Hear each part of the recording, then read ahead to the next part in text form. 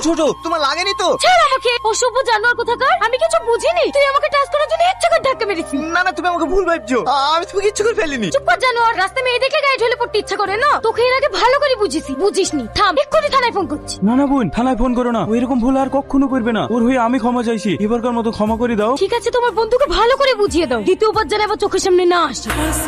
দেখ ভাই, ভালোই ভালো বলছি, তুই এই মেয়েটাকে ছেড়ে দে, পরে কিন্তু বিপদে পড়বি। না ভাই, ওকে আমি খুব ভালোবাসি, ওকে ছাড়া আমি বাঁচবো না। দেখ ছোড়া, ও ছাড়া পৃথিবীতে অন্য কোনো মেয়ে নাই, সব সময় ওর পিছনে পড়ে থাকিস। দেখ ভাই, আমার অন্য কোনো মেয়ের দিকে তাকাতে ইচ্ছাই করে না, ওকে আমার খুব ভালো লাগে। তাহলে আমি আবার কি বলবো? যেদিন বেকায়দা পড়বি সেদিন ঠিক বুঝতে পারবি। এই রিঙ্কি, বলতে দেখ। ছি, কি অসভ্য ছেলে রে, মেয়েদের বাথরুমে উঠে বসে আছে। এই চ, হেড স্যারকে বলে কি। কোথায় সে জানোয়ারটা? কোথায়? ওই দেখেন স্যার।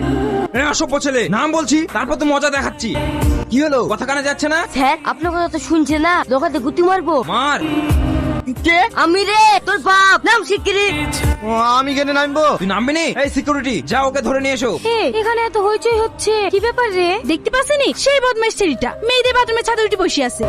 কি জানোয়ার ছেলে রে, দেখি তো গা ঘিন করছে। এখানে থাকতে হবে না। হাই স্যার, কি ব্যাপার? আপনি আমাকে ডেকে পাঠিয়েছেন? আপনি হলেন গ্রামের একজন বিশিষ্ট ব্যক্তি, আমার ভাবতেও অবাক লাগছে আপনার ছেলে হয়ে এরকম অসভ্যতমে কাজ করে কি করে। কেন স্যার, আমার ছেলে কি করেছে? আপনার ছেলে মেয়েদের বাথরুমের ছাদে উঠে। থাক স্যার, আর বলতে হবে না, আমি সব বুঝতে পেরেছি। ছি, তুই এত নিচে নেমে গেছিস, সবার সামনে আমার মাথা হেড করে দিলি। আমার মান সম্মানের কথা একটু ভাবলি না? আবার তোমরা সবাই ভুল ভাবছো, আমি তেমন কিছু করিনি। এই তুই চুপ কর, মাস্টার মশাই মিথ্যে কথা বলবে। স্যার, এই বিরকার মতো আমার ছেলেকে ক্ষমা করে দেন, আমি কথা দিচ্ছি এরকম ভুল আর আমার ছেলে কোনোদিন করবে না। ঠিক আছে, শুধু আপনার মুখের দিকে তাকিয়ে আজ আপনার ছেলেকে ছেড়ে দিলাম, দ্বিতীয়বার যদি এরকম ভুল কাজ করে সোজা পুলিশের হাতে তুলে দেবো। ঠিক আছে স্যার, এই বাড়ি চল।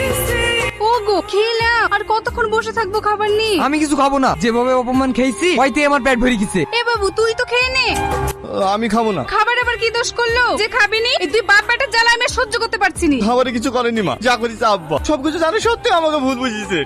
ভুল বুঝবো না? তোর একটা মেয়েকে ভালো লাগে তাকে সরাসরি বলবি, বিদিয়ার দায়িত্ব আমার। আর তা না করে রাস্তাঘাট মেয়েদের বাথরুম ধরে বেড়াস কেন? তোর আব্বা ঠিকই তো বলছে, তুই মেয়েটাকে সরাসরি বলতে পারিসনি যে তুই ভালোবাসিস। না মা, ওকে আমি ভালোবাসার কথা বলতে পারবো না, ও যদি আমার ভালোবাসা অস্বীকার করে। চুপ কর, তুই তো বলতে পারবি নি। দে ওর ঠিকানা দে, আমি আজ কি যাবো ওদের বাড়ি বিয়ের প্রস্তাব লি।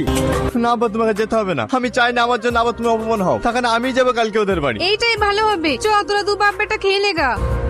বাড়িতে কেউ আছেন? কারা আপনারা? আমরা কোর্ট থেকে এসেছি। আপনাদের যে বাড়িটা, এটি পিডব্লিউর আন্ডারে পড়েছে। এর আগেও তো নোটিশ পাঠিয়েছি, আপনারা বাড়ি খালি করেননি কেন?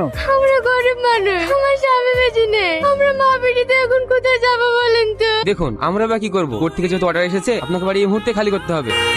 আমরা এই মুহূর্তে কোথায় যাবো স্যার? আপনারা আর কয়েকটা দিন সময় দেন না প্লিজ। ঠিক আছে, আপনাদেরকে আরো 7 দিন টাইম দেওয়া হলো, এর মধ্যে যদি আপনারা বাড়ি না খালি করেন আপনাদের বাড়ি ভাঙতে বাধ্য হবো। মা, এবার আমাদের